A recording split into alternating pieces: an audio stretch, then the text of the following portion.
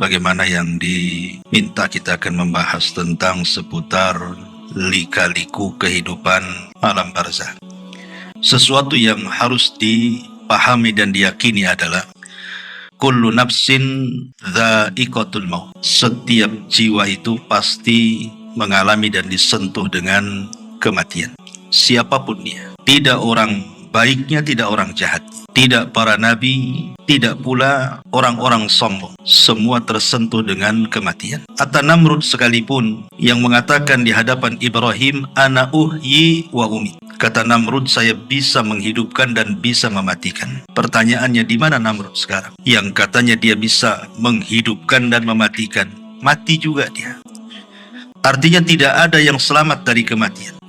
Sehingga Allah Subhanahu wa ta'ala sampai mengatakan, aynama takunu yudrikumul mautu walau kuntum fi burujim musayyada. Dimanapun kalian berada, kematian itu pasti mengejar kalian, walaupun kalian di balik benteng yang sangat kokoh sekali. Artinya tidak ada manusia yang selamat dari kematian. Dan kematian itu satu, yang banyak itu sebabnya. Karena orang mati itu kan sebabnya macam-macam. Ada yang ketabrak mati, ada yang terkena runtuhan mati, ada yang tenggelam mati, ada yang dibunuh mati, ada yang tidak ngapa-ngapain, duduk di kursinya aja dia bisa mati. Jadi yang bermacam-macam itu sebabnya, matinya satu. Lah kematian itu sebenarnya hanya perpindahan alam saja. Dari alam dunia menuju alam barzakh. Disitulah ada benteng yang disebut dengan barzakh. Benteng inilah yang menjadikan kehidupan setelah kematian itu menjadi gaib bagi kita. Makanya tidak bisa kita menembus alam barzakh. Umpamanya sengaja kita letakkan CCTV, taruh di kuburan. Kemudian kita sambungkan di handphone kita atau mungkin di laptop kita. Kemudian kita baca hadis, katanya ada malaikat mungkar dan nakir. Sampai buta mata melihat CCTV itu, nggak akan nampak mungkar nakir itu. Karena tidak bisa disamakan perkara gaib dengan perkara nyata. Perkara gaib itu cukup diimani, bukan diteliti. Karena tidak bisa meneliti perkara gaib, bagaimana caranya? Pandangan kita saja terbatas, sampai di mana kita memandang, apalagi perkara gaib. Maka kenapa di antara ciri orang yang beriman di permulaan surah Al-Baqarah itu, alladzina yu'minuna bil ghaib, orang yang beriman betul dengan adanya yang gaib. Tapi yang ingin kita bahas di siang ini adalah apakah orang-orang yang sudah meninggal itu. Ada beberapa poin. Pertama, apakah orang-orang yang meninggal itu merindukan kita? Jadi kalau kita datang ziarah kubur, apakah mereka rindu dengan kita? Yang kedua, apakah mereka bisa mendengar apa yang kita ucapkan di atas kuburan itu? Yang ketiga, apakah kalau seandainya keluarga kita meninggal duluan, kemudian kita menyusul, kemudian ruh kita dengan ruh mereka akan saling menziarahi? Kemudian juga yang keempat, apakah kalau seandainya kita ini sedang tidur, ruh kita keluar dari jasad kita, bisa berjumpa dengan ruh-ruh yang ada di kuburan? Karena ada kan orang bercerita, saya ketemu ibu saya. Di mana? Dalam mimpi. Apakah mungkin ruh seseorang yang sedang tidur berjumpa dengan ruh yang sudah meninggal? Kemudian berjumpa. Dan tentu yang tak kalah pentingnya adalah amalan-amalan yang bermanfaat bagi si mayat. Dan apakah juga orang-orang yang sudah meninggal bisa tersakiti dengan kita yang masih hidup? Dan macam-macam persoalan yang kita akan singkap nanti ke depan ini. Ma'asyiral muslimin wal muslimat rahimani wa rahimakumullah. Nabi SAW ketika menziarahi atau ketika mengantarkan jenazah bersama para sahabat, dan jenazah itu sudah dikubur, apa kata Nabi SAW? Istaghfiru li akhikum fa innahul an yus'al. Atau istaghfiru li akhikum wasalu lahu at-tathbit fa innahul an yus'al. Kata Nabi SAW, mintalah kepada Allah ampunan supaya orang yang sudah dikebumikan ini diampuni dosa-dosanya. Dan mintalah kepada Allah ketetapan supaya dia bisa menjawab pertanyaan mungkar dan nakir alias fitnah kubur. Karena sekarang dia lagi ditanya, kata Nabi. Kemudian kalau kita melaksanakan sholat jenazah, kita tahu bahwa rangkaian sholat jenazah itu ada 4 kali takbir. Takbir pertama baca Fatihah kan gitu ya. Kemudian takbir kedua baca sholawat Ibrahimiyah. Kemudian takbir yang ketiga membaca doa yang diajarkan Nabi. Kemudian takbir yang keempat bisa diam, langsung salam, ataupun bisa kita berdoa dengan doa yang warid dari Al-Quran, seperti Rabbana atina fid dunya hasanah, atau doa-doa yang lainnya. Tetapi yang ingin saya bahas adalah pada takbir yang ketiga. Nabi SAW mengajarkan kepada kita doa-doa yang disunahkan untuk dibaca. Salah satunya adalah Allahumma gfir lahu warhamhu wa'afihi wa'fu anhu wa aqrim nuzulahu wa wasi' madkhalahu, dan seterusnya. Ya Allah, ampuni orang ini yang sudah mati. Ya Allah, rahmati orang ini. Ya Allah, maafkan orang ini. Ya Allah, muliakan kedudukannya. Ya Allah, luaskan kuburannya, dan begitu seterusnya. Dari dua riwayat ini bisa kita simpulkan bahwa kewajiban kita apabila sedang mengantarkan jenazah dan jenazah itu sudah dikubur, maka ada 3 doa yang dianjurkan seorang muslim dibaca sebelum pulang dari kuburan. Kalau memang kita tidak sempat ikut memegang cangkul, memasukkan tanah ke liang lahatnya, maka cukup sebelum pergi ambil 3 kepal tanah, kemudian letakkan di kuburannya, minta 3 perkara. Pertama, mintakan ampun kepada Allah. Dan ini berlaku kepada setiap yang ziarah kubur, tidak mesti yang mengantarkan jenazah saja. Pamannya kita ziarah kubur kapan saja. Bagi laki-laki kan sunnah, ziarah kubur itu kapan saja. Tapi bagi perempuan tidak disunnahkan kecuali sekali-kali. Karena Rasulullah SAW melaknat wanita-wanita yang sering ziarah kubur. Tapi kalau sekali-kali boleh. Imam yang mengantarkan jenazah atau yang berziarah kubur, jangan lepaskan 3 doa ini. Pertama, minta ampun kepada Allah agar orang yang dikubur itu diampuni dosa-dosanya. Berdasarkan hadis istaghfiru li akhikum, mintakan doa ampunan untuk saudara. Yang kedua, minta kepada Allah Subhanahu wa taala agar orang yang dikubur itu ditetapkan jawabannya. Karena ada hadis yang panjang sekali dari hadis Bara bin Azib radhiyallahu anhu. Ketika Nabi SAW menunggu liang lahat selesai digali, Rasul bercerita di hadapan para sahabat tentang kematian seorang mukmin. Bagaimana ruhnya ketika dicabut dari jasadnya. Lah salah satu lafaz dari hadis itu, ketika ruh itu sudah diangkat ke langit dengan catatan amalannya, Allah katakan kembalikan ruh ke dalam jasadnya, tapi angkatlah catatannya ke tempat yang paling tinggi di Iliyin di sorga. Maka ruh itu dihantar dengan lembut, dimasukkan lagi ke dalam jasad. Ingat bahwa jasad dalam kubur itu mengikut ruh. Tapi kalau di dunia terbalik, ruh yang ikut jasad. Karena jasad dulu diciptakan di dunia itu, baru ditiupkan ruh itu setelah jasad berusia 4 bulan kan, baru ditiupkan ruh. Berarti kalau kita hidup di dunia, yang asal itu jasad dulu, baru ruh yang ikut.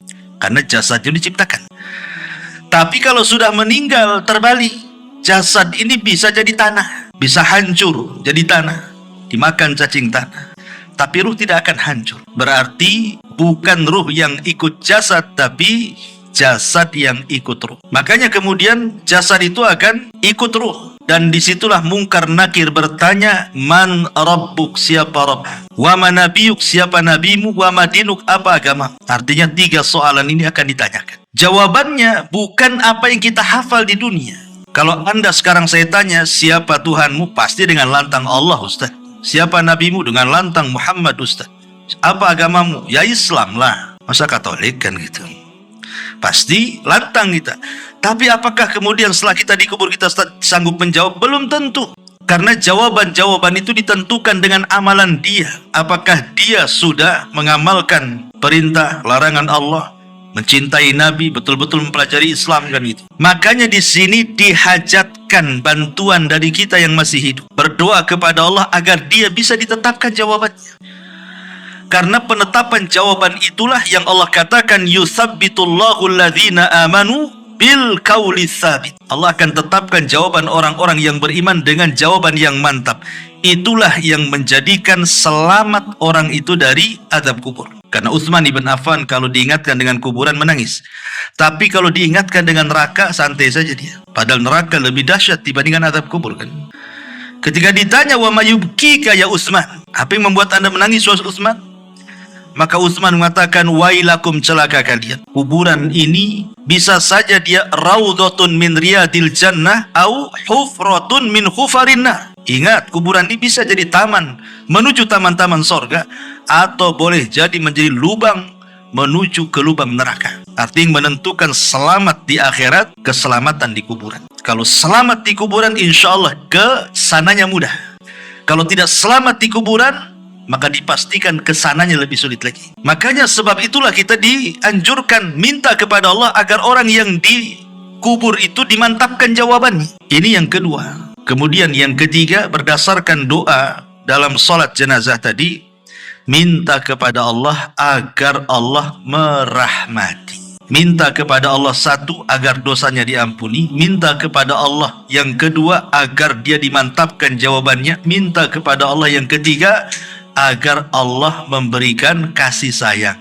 Sehingga dengan kasih sayang Allah itulah Allah akan mengampuni dosanya dan Allah akan memantapkan jawabannya. 3 soalan ini. Kapanpun antum ziarah kubur, minta 3 soalan. 3 doa ini. Ya, datang ke kuburan, kemudian ucapkan salam, kemudian mendekat kuburan, dan jangan bakhil. Jangan datang ke kuburan itu mendoakan orang yang dikubur itu saja. Umpamanya kita menziarahi orang tua kita yang sudah meninggal. Jangan difokuskan kepada orang tua kita saja, tapi doakan juga orang-orang Islam yang dikubur di sekitarnya. Makanya ada doa yang diajarkan Al-Quran, Rabbana ighfir lana wa li ikhwanina alladzina sabaquna bil iman. Ya Allah, ampuni akan dosa-dosa saudara-saudara kami yang sudah mendahului kami dengan keimanan. Apa manfaatnya? Kenapa kita tidak fokus saja mendoakan orang tua kita? Kan memang tujuan kita kan menziarah orang tua kita. Kenapa pula yang lainnya kita doakan?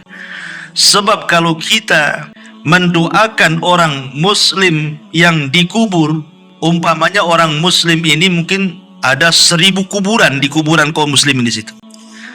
Berarti kita akan mendapatkan pahala 1000 orang yang kita doakan.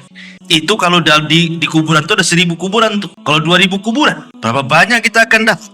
Kalau seandainya kemudian kita mendoakan bukan hanya kepada yang sudah meninggal, yang hidup pun kita doakan. Allahumma ighfir li hayyina wa mayyitina, atau Allahumma ighfir lil muslimina wal muslimat wal mu'minina wal mu'minat al ahya'i minhum wal amwat. Ya Allah, ampunilah dosa-dosa orang mukmin laki-laki, orang mukmin perempuan yang hidup dan yang mati. Yang hidup berapa? Siapa yang bisa ngitung yang hidup? Satu kota Batam aja kita tidak tahu berapa jumlahnya. Satu Kepri lagi, satu dunia lagi. Berarti kita dapat pahala itu sebanyak jumlah orang Islam yang kita doakan yang hidup. Loh, yang mati. Berapa jumlah yang mati? Itu manfaatnya kita mendoakan orang-orang yang beriman di sekitarnya itu. Supaya kita dapat pahala juga, itu masalahnya. Masuk bakhil orang tuanya kiri kanan, ngapain saya doakan katanya. Enggak begitu. Karena orang muslim itu kal jasadil wahid, seperti jasad yang satu, baik ketika hidup ataupun ketika mati. Saling mendoakan. Lah di antara adab doa itu adalah mengarah kiblat, bukan ngadap kuburan, bukan ngadap maisan, bukan. Mana arah kiblat? Pemain kuburan sebelah sini, arah kiblatnya ke sana. Jangan ngadap kuburan, ngarahkan ke kiblat. Ya, karena adab doa itu harus mengarah ke kiblat. Walaupun ada khilaf di antara ulama, apakah kiblat doa itu ke langit? Maknanya kita negakkan ke atas begini, ataukah ke arah kiblat yang dimaksud Ka'bah? Ini menjadi khilaf ulama. Tapi menghadap kuburan tidak boleh, karena kuburan bukan kiblat. Ya. Kiblat itu ke Mekah atau ke langit, gitu ya. Baru di situ kita meminta kepada Allah Azza wa Jalla, ya Allah, kalau memang dia orang tua kita, kita katakan, ya Allah, ampuni kedua orang tua saya. Ya Allah, tetapkan jawaban kedua orang tua saya. Ya Allah, berikan rahmat kepada orang tua saya. Dah selesai. Habis itu kita doakan saudara-saudara kita. Ya Allah, ampuni saya, orang tua saya, dan orang-orang Islam dimanapun, baik yang hidup ataupun yang mati di sini atau di mana saja di dunia ini. Itu berapa banyak kita ini pulang dari kuburan dapat pahala. Ini adab yang pertama, ya, bahwa kita disuruh untuk mendoakan mereka. Yang kedua, apakah orang-orang itu merindukan kita? Pemain kita ziarah kubur kepada kedua orang tua kita. Apakah kedua orang tua kita itu rindu dengan kita? Senang kalau melihat kita di situ. Ini terjadi silang pendapat di antara ulama kontemporer atau ulama mutakaddimun. Kalau saya mendengar fatwa daripada Syekh Shalih Fauzan, saya lihat di YouTube, ketika ditanya apakah orang yang datang ziarah kubur, ketika datang kita ke kuburan itu, orang-orang yang dikubur itu senang. dengan kedatangan anaknya ketika menziarahi orang tuanya? Maka kata beliau, iya, senang mereka dengan kedatangan kita. Tetapi senang di sini bukan menatap wajah kita. Oh, nampak sehat anaknya, alhamdulillah. Bukan itu maksudnya. Yang dimaksud senang itu karena mereka menanti doa-doa kita. Jadi mereka itu menanti doa-doa kita, bukan karena ziarah kuburnya.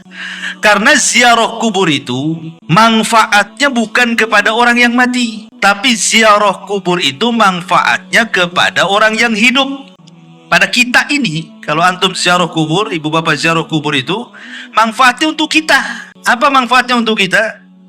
Nabi SAW bersabda, kuntu nahaitukum an ziyaratil kubur fazuruha fa innaha tudzakkirukumul akhirah. Dulu kata Rasul, aku larang kalian ziarah kubur.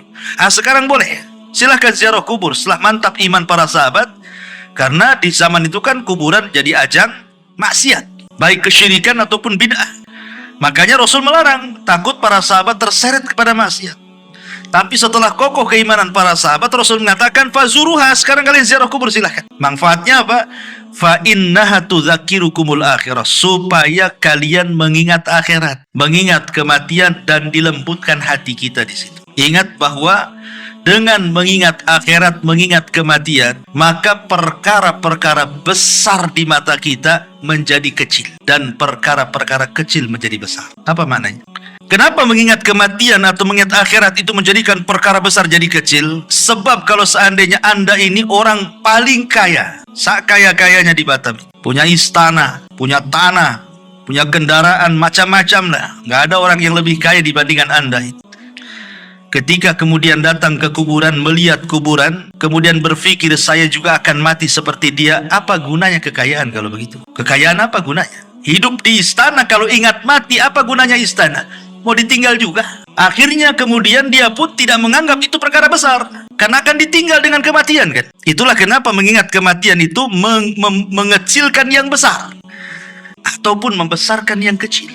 Pamannya dia orang susah, tidak sekaya orang-orang kaya. Dengan mengingat kematian itu perkara kecil jadi besar. Nggak apa-apa, hidup di dunia kan nggak lama. Nanti ada kehidupan yang lebih baik, yang lebih hebat, yang lebih megah. Itulah sorga. Akhirnya dia tidak memikirkan kemiskinannya. Dari situ muncullah redha dengan pemberian Allah. Ujung-ujungnya ke situ. Dan puncaknya adalah memahami hadis Nabi SAW, man asbaha aminan fi syirbihi mu'afan fi jasadihi walahu qutu yaumihi faka'annama hizat lahu dunya bihadafiriha, kata Rasul. Orang kalau sudah mengingat kematian, walaupun dia susah hidupnya, yang penting ketika bangun di pagi hari aman keluarganya, gak ada yang menyakiti, sehat badannya, gak ada penyakit yang menimpanya, adalah makanan yang dimakan untuk hari itu seolah-olah sudah menggenggam dunia dengan segala isinya. Karena manusia itu di dunia cari apa kalau nggak tiga perkara ini kan? Pertama, aman. Orang itu pengen aman. Suami pengen aman dari istri, istri pengen aman dari suami. Orang tua pengen aman dari anak, anak pengen aman dari orang tua. Orang pengen aman dari tetangga, tetangga pun pengen aman dari kita. Nggak ada ketakutan, nggak ada yang ngancam, nggak ada yang membuat takut, nggak ada takut disakiti, dihasadi. Orang kan pengen aman hidup itu. Sebab kalau aman itu tenang hati. Itu yang dicari orang. Sampai-sampai orang itu sampai pindah perumahan itu gara-gara diganggu tetangganya karena nggak aman kan, terpaksa pindah rumah dia. Yang kedua, sehat badannya. Apalagi kalau sudah faktor UU tuh, sudah 40, 50. Itu kalau bangun nggak ada yang sakit udah seneng sekali itu. Tapi kalau bangun pinggang sakit, kaki asam urat, itu stres. Ya, kolesterol naik, stres orang itu. Kemudian juga ada yang dimakan. Pusing yang dimakan sudah ada, yang diminum ada. Apa yang dicari orang itu kan cuma 3 perkara. Sebab satu lolos dari 3 perkara ini nggak aman hidup. Contoh mamanya, badan sehat, ya kan? Tapi nggak aman. Istri disakiti suami, suami disakiti istri, nggak kerasan hidup itu. Walaupun sehat badan. Ataupun mungkin oke lah dia harmonis rumah tangganya, anak-anaknya baik-baik, tetangganya oke-oke. Setruk pula lah dia. Stres juga, ya. Oke lah, sehat badannya, aman semuanya. Tak ada yang dimakan pula dia. Stres juga hidup itu. Nah kalau tiga-tiganya sudah ada, tenang hidup di dunia. Itulah yang dikatakan menggenggam dunia, itulah karena tiga perkara ini yang dicari manusia. Makanya kemudian kalau orang ingat mati itu, perkara besar menjadi kecil, perkara kecil menjadi besar. Karena berujung dari mengingat kematian berakhir dengan redho, dengan pemberian. Awalnya ingat mati, ujungnya apa? Redho dengan pemberian. Kita akan mati juga, ngapain juga sibuk-sibuk. Tenang jadinya hati. Itulah tujuan ziarah kubur itu. Makanya ini bapak-bapak ini kalau sudah kasih mak-maknya ajak shopping, belokkan aja ke Tamiang. Ya, ajak yuk kita ke Top Cepe Batu Aji, tapi ngarahnya ke kuburan Tamiang. Ini bu, Top Cepenya ada di sini, gitu. Mau mati atau mau hidup kan itu. Supaya lembutlah hati itu. Jangan asih dunia terus. Jadi ziarah kubur itu manfaatnya untuk siapa? Untuk kita yang berziarah, bukan untuk orang mati. Orang mati itu bermanfaat kalau kita berdoa. Doanya itu yang manfaat. Itulah yang membuat penghuni kubur senang dengan kedatangan kita maksudnya. Ini satu pendapat. Ya. Tetapi Syekh bin Baz rahimahullah ta'ala yang saya baca dalam fatwanya, dia tawakuf dalam masalah ini. Apakah kemudian kalau kita ziarah kubur, penduduk kubur itu senang atau tidak senang? Kita tidak bisa mengatakan ya ataupun tidak. Karena ini perkara gaib masalah. Perkara gaib itu tidak bisa ditetapkan kecuali dengan dalil. Kalau tidak ada dalil, tawakuf. Tapi yang jelas bahwa okelah kita tidak mengatakan dia senang ataupun tidak senang. Tapi yang namanya doa bagi para penziarah kubur untuk para penghuni kubur itu, itulah yang disepakati para ulama sampainya pahala kepada orang yang meninggal. Kan amalan-amalan nanti saya jelaskan. Amalan-amalan itu kan banyak tuh yang bermanfaat kepada untuk orang yang sudah meninggal itu. Tetapi dari seluruh amalan itu, yang ada 8 tuh ataupun 10 amalan itu, yang disepakati cuma 2. Maksudnya tidak ada khilaf ulama. Kalau kita lakukan pasti sampai kepada orang yang meninggal. Apa itu? Pertama doa, dan yang kedua sedekah. Cuma 2 ini. Ini sepakat, tidak ada khilaf ulama. Adapun menghajikan orang yang sudah meninggal, korban untuk orang meninggal, baca Quran untuk orang meninggal, ini masih khilaf. Ada perselisihan ulama. Ada yang mengatakan sampai, ada yang mengatakan tidak sampai, wallahu a'lam. Tapi yang disepakati jelas-jelas dalilnya berdasarkan nas gitu ya, doa pasti sampai. Yang kedua sedekah pasti sampai. Kenapa? Karena ada hadisnya. Idza mata ibnu Adam inqata amaluhu illa min salasin. Sadaqatin jariyah. Lihat sedekah yang mengalir. Kemudian au ilmin yuntafa'u bihi, ilmu yang bermanfaat, au waladin salihin yad'ulahu, anak yang soleh yang mendoakan. Maka sedekah dan doa itu sepakat sampai. Jadi kalau kita ingin ngirim pahala kepada orang yang meninggal, yang jelas-jelas ini berdoa, tidak mesti di kuburan. Doa itu di mana saja akan sampai. Dan jangan diyakini doa di kuburan lebih sampai dibandingkan doa di masjid. Tidak ada keyakinan seperti itu. Justru di masjid ya lebih afdol kalau berdoa kan. Udah rumah Allah, tempatnya bersih gitu ya. Tapi ziarah kubur itu berdoa di situ ada nilai plusnya, mengingat kematian, melembutkan hati, mengingat akhirat. Makanya di antara salam kepada penduduk kuburan itu salah satu lafadznya wa inna bikumul lahikun, kami juga akan menyusul kalian. Kami juga akan sampai seperti kalian. Jadi terjadi silang pendapat di sini ya. Apakah penduduk kuburan itu senang ataukah tidak senang? Ada yang mengatakan senang seperti fatwanya Syekh Shalih Fauzan, ada yang mengatakan tawakuf seperti Syekh bin Baz gitu ya. Ya, kalau ulama dulu yang mengatakan seperti Syekh Al-Imam Ibnul Qayyim dalam kitabnya Ruh, ya senang. Dan juga gurunya Ibnu Taimiyah rahimahullah mengatakan senang. Mereka senang dengan kedatangan kita. Kemudian kita, karena mereka menanti doa kita, bukan senang ingin lihat wajah kita. Percuma juga kalau kita datang nggak mendoakan, ngapain juga kan begitu. Yang mereka minta itu adalah doa-doa kita kepada mereka. Doa seperti apa? Ya 3 tadi doanya yang didoakan itu. Mintakan ampunan, mintakan ketetapan, mintakan rahmat. Itu 3 doa, habis sudah selesai. Itu yang kita minta kepada Allah Azza wa Jalla. Doa panjang, intinya cuma 3. Minta ampun, minta rahmat, minta ketetapan. Taibashirul muslimin wal muslimat rahimani wa rahimakumullah. Kemudian juga, apakah kalau seandainya seseorang yang berziarah kubur tadi, apakah kemudian orang itu merindukan? Nah, sekarang pembahasan selanjutnya, apakah kalau kita ini datang ke kuburan, kemudian kita berbicara sesuatu dengan orang yang dikubur itu, mereka mendengar pembicaraan kita, ataukah tidak?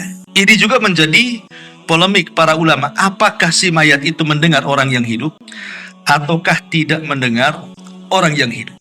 Taib. Pertama, bahwa sebagian ulama mengatakan mereka mendengar. Seperti Imam Ibnul Qayyim rahimahullahu ta'ala mengatakan mendengar dalam kitab. Alasannya satu, karena ada hadis Nabi SAW terdapat dalam Sahih Bukhari Muslim. Nabi SAW mengatakan tentang orang yang sudah meninggal. Apa kata Rasulullah? Innahu la yasma'u safqa ni'alihim idan saraf.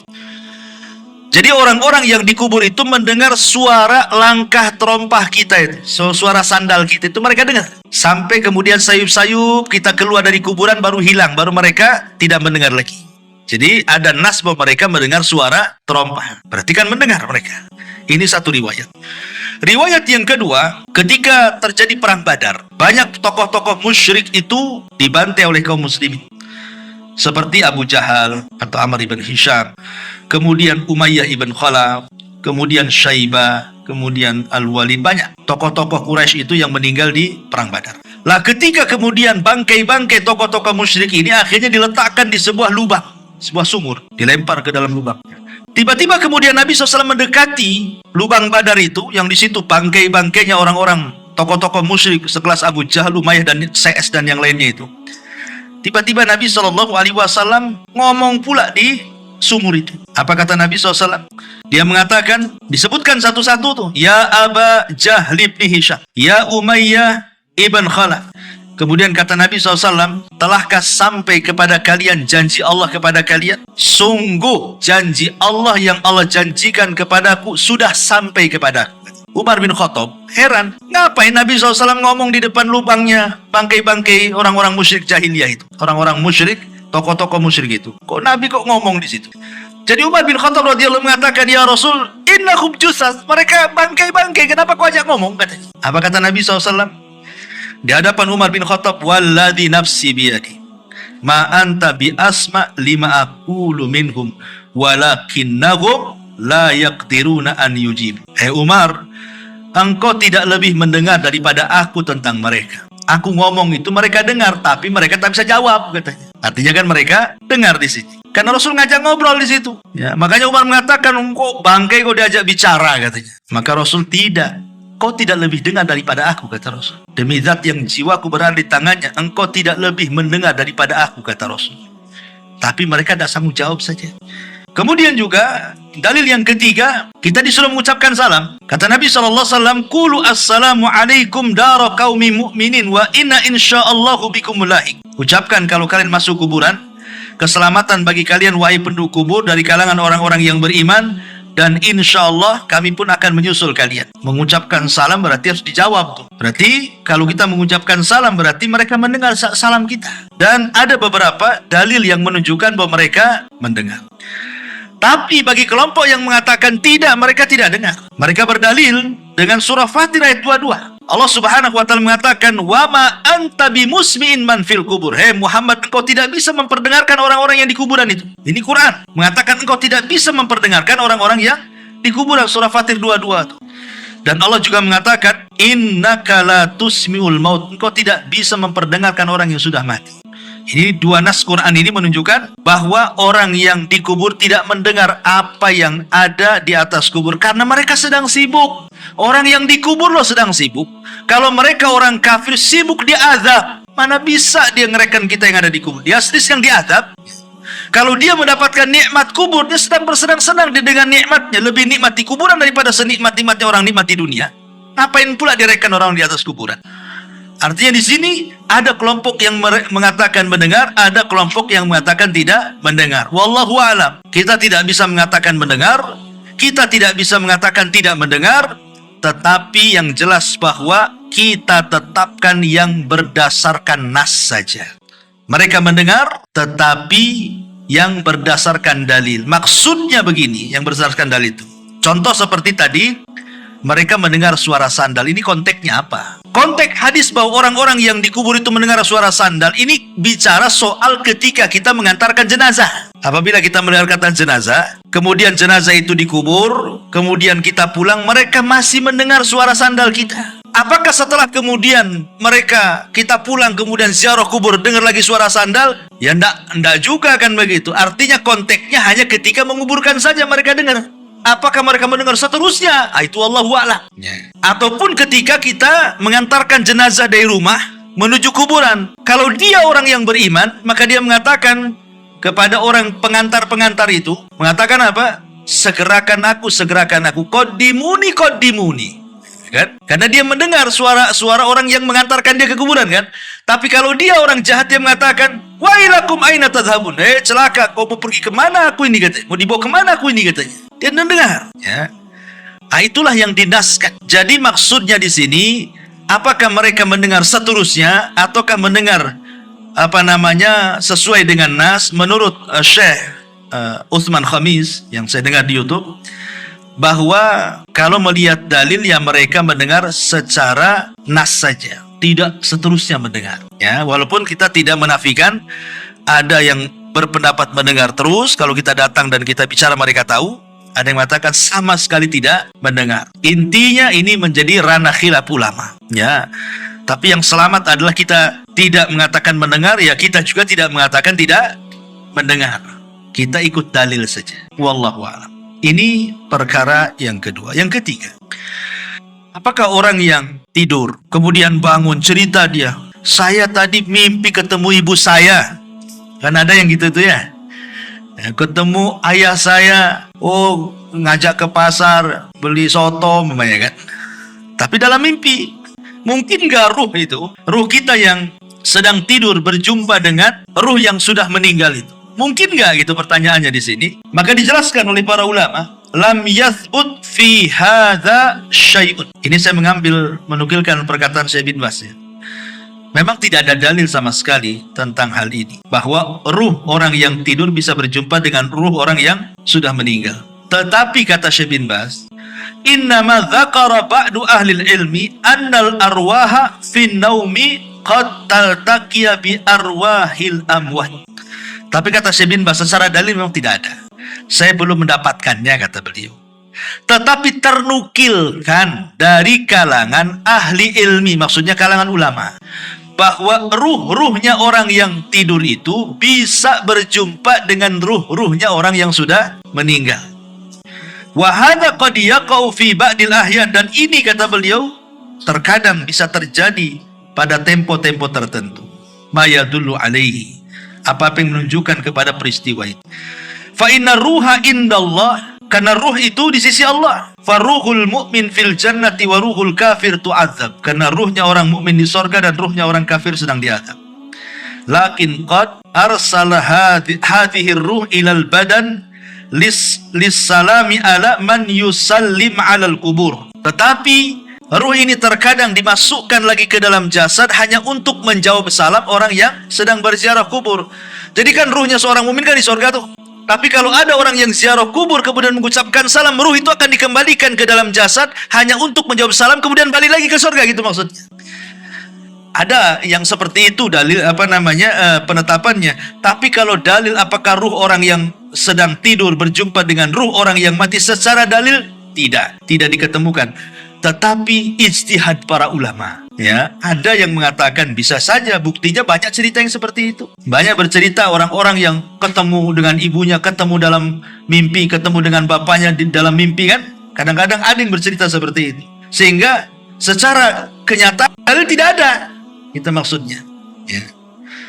Makanya beliau mengatakan, lakin laisa fil ahadis as-sahihati fi ma na'lam ma yadullu ala anna hadhil arwah tatalaqa. Tetapi tidak ada hadis-hadis yang sahih sepengetahuan kami, kata beliau, yang menunjukkan bahwa ada ruh bisa berjumpa, maksudnya ruh orang tidur bisa berjumpa dengan ruh orang yang meninggal. Wallahu alam ya. Tapi kalau kita melihat pendapat Imam Ibnul Qayyim yang disebutkan dalam kitab Ruh, dzakara syai'an katsiran fi hadzal ma'na. Beliau menyebutkan panjang lebar tentang masalah seperti ini, dan beliau di antara ulama yang berijtihad memungkinkan ruhnya orang yang tidur berjumpa dengan ruhnya orang yang sudah meninggal. Wallahu a'lam. Ya, ini kalau sesama ruh Yang satu di dunia, satu dikubur. Sekarang yang sama-sama dikubur. Orang tua kita meninggal, kemudian kita meninggal. Apakah ruh kita akan berjumpa, saling berziarahi satu dengan yang lainnya? Ada sebuah hadis. Nabi SAW bersabda, "Idza khudiral mu'minu atatkum fayaquluna ukhruji radiyatan mardiyah anki ila rauhillahi wa raihani wa rabbin ghairi ghadban fatakhruju ka'atya birihil miski hatta innahu la yunawiluhu ba'duhum ba'da hatta ya'tuna bihi babas sama fayaqulun ma atyaba hadhihi rih allati ja'atkum minal ardi fayatuna bihi arwahal mu'minin falahum ashaddu farahan bihi min ahadikum bighaibihi yaqdamu alaihi fayas'alunahu madza fa'ala fulan fayaquluna da'uhu fa innahu kana fi gham. Apabila seorang mukmin telah mendekati ajalnya, para malaikat rahmat datang menemuinya dengan membawa sutra putih. Mereka berkata, keluarkan ruh dengan redha dan diridhoi Allah menuju rahmat Allah, baunya harum dan Rabb yang tidak pernah murka. Lalu ia keluar dengan bau misik yang paling harum, sehingga sebagian mereka berebut dengan sebagian yang lainnya, maksudnya para malaikat, untuk mendapatkannya. Kemudian mereka membawa hingga pintu langit. Penduduk langit berkata, alangkah harumnya bau yang kalian bawa ini dari bumi, ini ruhnya siapa? Lalu mereka datang dengannya menemui ruh kaum mukminin. Mulai di sini sainnya nih. Nah, kemudian ruh ini yang baru datang menemui ruhnya kaum mukminin yang sudah meninggal sebelumnya. Mereka kemudian bergembira.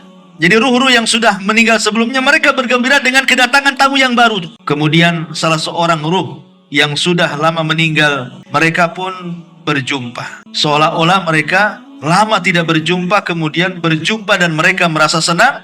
Lalu mereka bertanya kepada ruh yang baru datang itu, apa yang telah dilakukan oleh si fulan yang masih hidup itu? Maka ruh-ruh yang lainnya berkata, jangan ganggu dulu, biarkanlah ia, karena dahulu ia terlena dengan kehidupan dunia, dan begitu seterusnya. Artinya di sini mereka saling berjumpa kan? Ya, dalam hadis ini mereka saling berjumpa. Hadis ini memang dikeluarkan Imam Nasai dan hadis ini disahihkan oleh Syekh Nasiruddin Al-Albani rahimahullah ta'ala.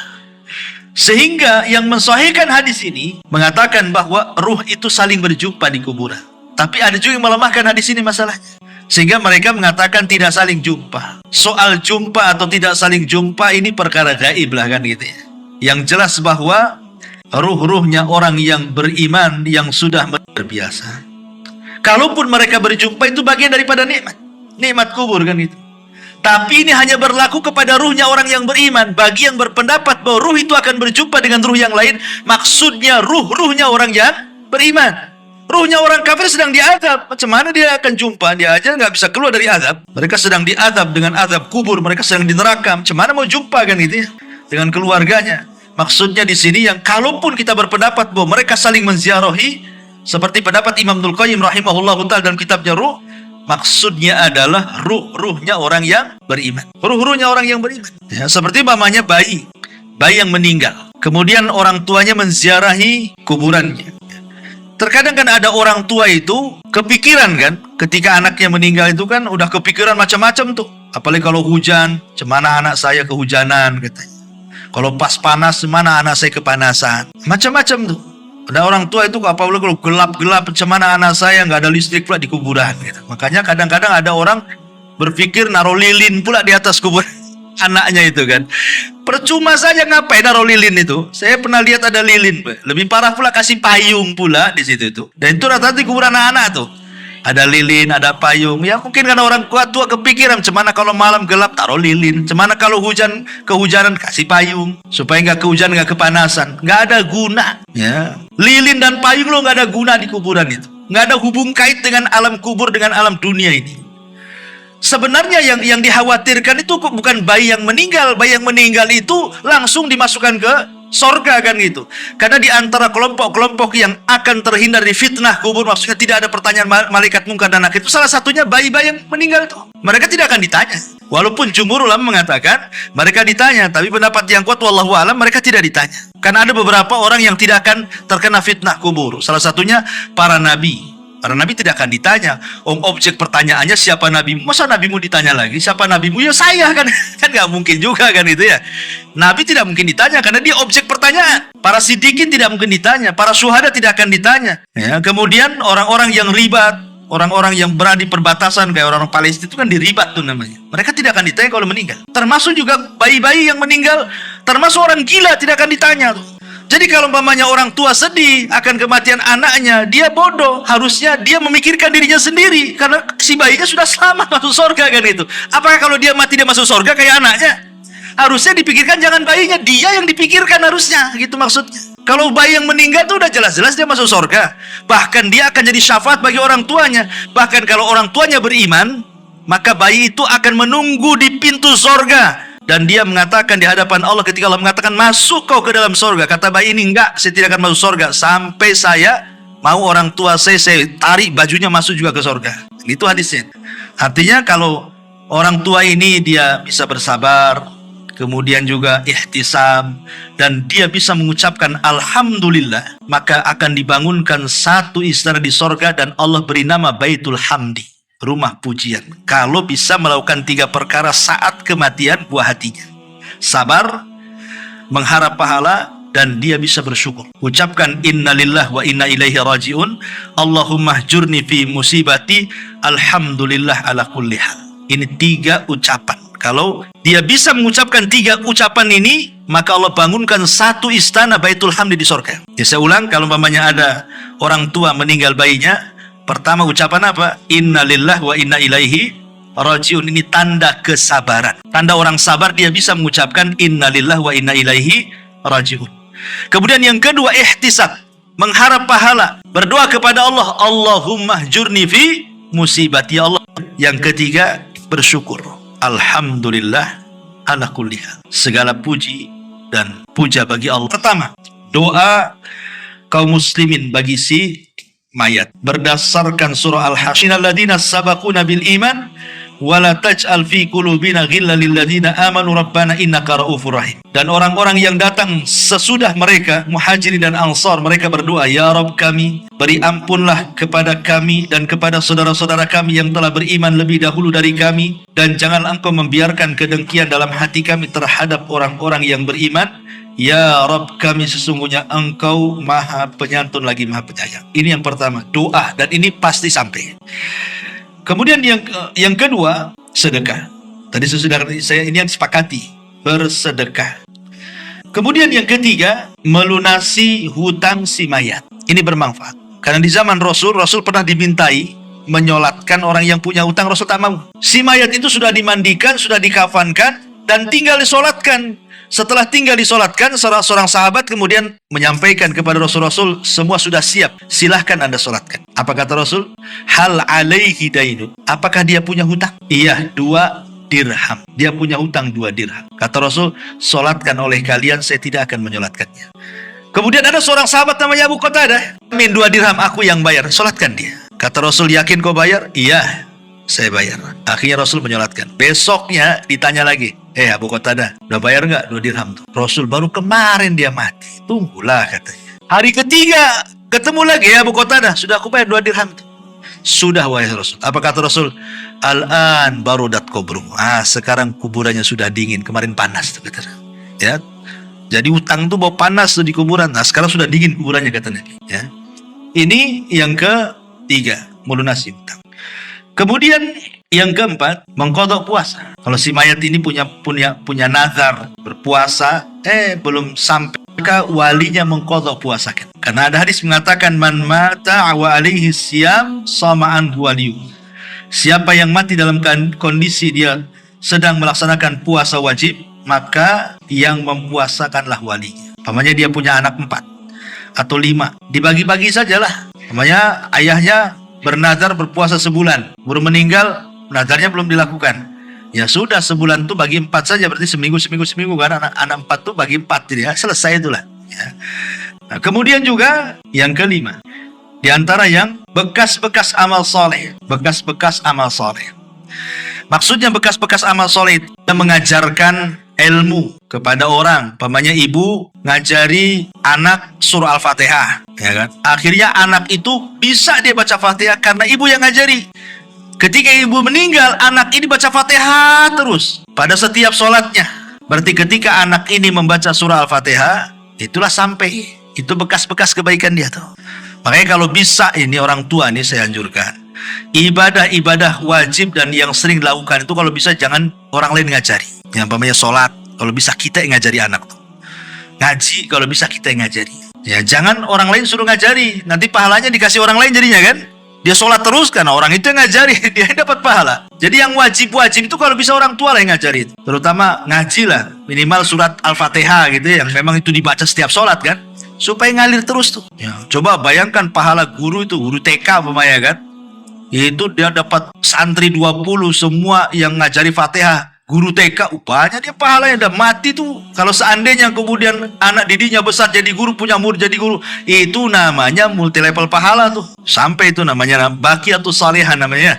Bekas-bekas amal soleh itu akan sampai kepada si mayat. Artinya di dalam hadis itu au ilmun yuntafa'u bihi, atau ilmu yang bermanfaat itu namanya ya. Itu baqiyas salihah. Kemudian juga yang bermanfaat adalah menghajikan. Karena ada riwayat seorang anak ingin menghajikan orang tuanya, kata Rasul, hajikan saja. Ya, artinya sampai orang yang menghajikan kepada orang yang meninggal. Adapun tentang qiraatul Quran, bacaan Quran ini menjadi khilaf panjang ulama. Apa kalau kita baca Fatihah, baca Al-Baqarah, baca apa kepada orang tua itu sampai atau tidak? Ada yang mengatakan sampai, ada yang mengatakan tidak sampai. Tapi kalau yang dimaksud yang saya dengar dari beberapa ulama itu bukan menghadiahkan bacaan, bukan, tetapi menghadiahkan pahala setelah kita membaca. Kita baca dulu Qurannya. Setelah kemudian selesai baca Quran, kita mengatakan, ya Allah, kalau tadi bacaan Quran itu Engkau kasih aku pahala, aku kirimlah pahala ini kepada orang yang kucintai, orang tua saya. Itu namanya tawasul dengan amal soleh. Tawasul dengan bacaan Quran. Ya, bukan dengan bacaannya, karena belum tentu dapat pahala kan masalahnya.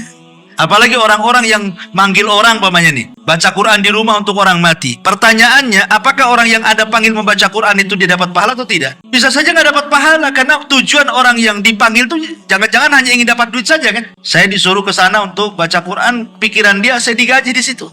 Orang baca Quran digaji nggak dapat pahala, kalau nggak dapat pahala apa yang mau disampaikan? Makanya kemudian kalaupun harus mengirim bacaan Quran itu maksudnya bertawasul dengan bacaan Quran, dengan amalan baik tadi setelah baca Quran. Ya Allah, kalau seandainya ini ada pahalanya, kirimkanlah kan itu. Seperti ada seorang ulama namanya Rabi' bin Khaitham. Rabi' bin Khaitham itu kalau dari rumah ke masjid itu pandangannya selalu melihat ke bawah. Kalau ada paku, ada beling, ada jarum, ada lidi, ada pokoknya kalau ganggu-ganggu orang lah itu, maka dia ambil pakunya, dia ambil belingnya, kemudian disisihkan ke pinggir jalan. Kemudian dia mengatakan, ya Allah, kalau dengan membuang hal-hal yang membahayakan orang berjalan ini ada pahalanya, maka aku kirim kepada orang tuaku. Itu namanya tawasul dengan amal soleh. Nah, jadi nggak apa-apa. Pulang dari sini tengok jalan terus, nampak ada paku, turun. Ini kalau bisa mengganggu orang ini bahaya, ini kena paku nih. Ya Allah, kalau ada pahalanya saya kirim kepada orang tua. Jalan lagi nampak ada polisi tidur. Ini bahaya ini. Langsung ambil cangkul. Kan itu. Besoknya lebih tinggi lagi polisi tidurnya. Intinya bahwa boleh seseorang begitu, tapi kalau yang mengirimkan bacaan, nah itulah yang jadi khilaf ulama, kesampai atau tidak ya. Wallahu alam, ini pembahasan panjang masalah ini. Bagaimana kalau seandainya orang tua kita meninggal dunia, kita ingin berbuat baik kepada orang tua yang sudah meninggal. Kadang-kadang anak ini baru menyesal ketika orang tua sudah meninggal. Kalau orang tua masih hidup tuh kadang-kadang nggak kepikir berbuat baik ya. Tapi kalau sudah meninggal barulah kebayang kebaikan orang tua, baru terpikir ingin berbuat baik. Kan salah, harusnya ketika dia hidup kita berbuat baik. Sudah meninggal baru nyesel dia. Tetapi karena orang tua itu adalah sosok yang mulia bagi anak itu, tetap Allah Subhanahu wa ta'ala masih berikan kesempatan. Yang tidak sempat berbuat baik ketika masa hidupnya, ada caranya berbuat baik setelah kematiannya. Seperti apa? Satu, istighfar. Minta kepada Allah agar orang tua kita diampun. Dalam setiap sholat kita minta ampun kepada Allah agar orang tua kita diampun. Yang kedua, berdoa kebaikan. Seperti tadi, doa supaya diampuni dosanya, dirahmati, ditetapkan jawabannya. Kemudian juga kalau dia punya hutang, selesaikan hutang orang tuanya. Masalah hutang piutang begini ya.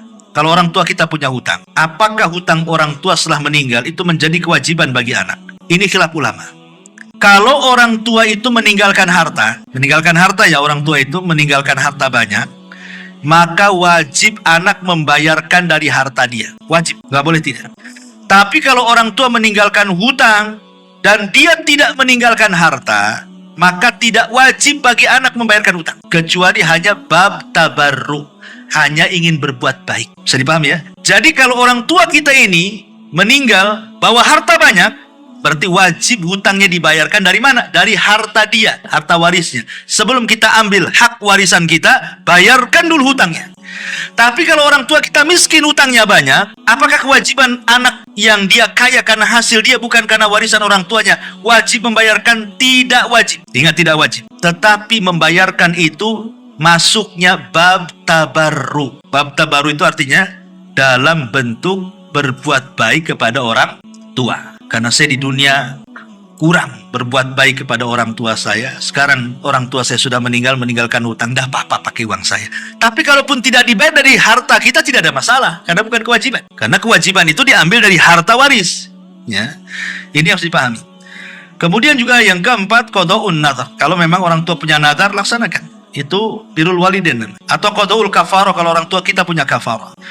Termasuk juga bersilaturahim dengan orang-orang yang baik dengan orang tua kita. Orang tua kita punya teman di mana dia baik dengan temannya. Ketika orang tua meninggal, baikilah teman orang tua kita semasa hidup. Ya, maksudnya sambung silaturahim dengan dia. Nah, termasuk kalau orang tua kita suka ngasih-ngasih ya sama temannya. Nah, kita kebiasaan orang tua yang baik kita lakukan juga ngasih-ngasih. Supaya kebaikan orang tua tidak hilang, kita teruskan. Nah, itu bentuk birrul walidain juga. Ya, menghormati teman orang tua gitu maksudnya. Termasuk juga berbuat baik kepada orang tua adalah ingat kebaikannya. Oh betul juga kata orang tua, kenapa dulu orang tua saya keras dengan saya rupanya ini. Nah, ingat dia akhirnya kan dengan kebaikan orang tua. Nah, dengan itu akhirnya hilanglah dendam-dendam anak kepada orang tua. Kalau ingat kebaikannya, hilang tuh dendam itu. Ya, karena ada anak yang nggak tahu itu, sampai mati orang tuanya masih dendam, nggak mau ziarah kubur tuh. Ya. Oh apa sih ziarah kubur? Waktu hidup aja malas saya nengok muka dia. Nah itu ada durhaka itu. Ya. Jadi ini diantara pembahasan yang bisa kita bahas. Ya, wallahu alam.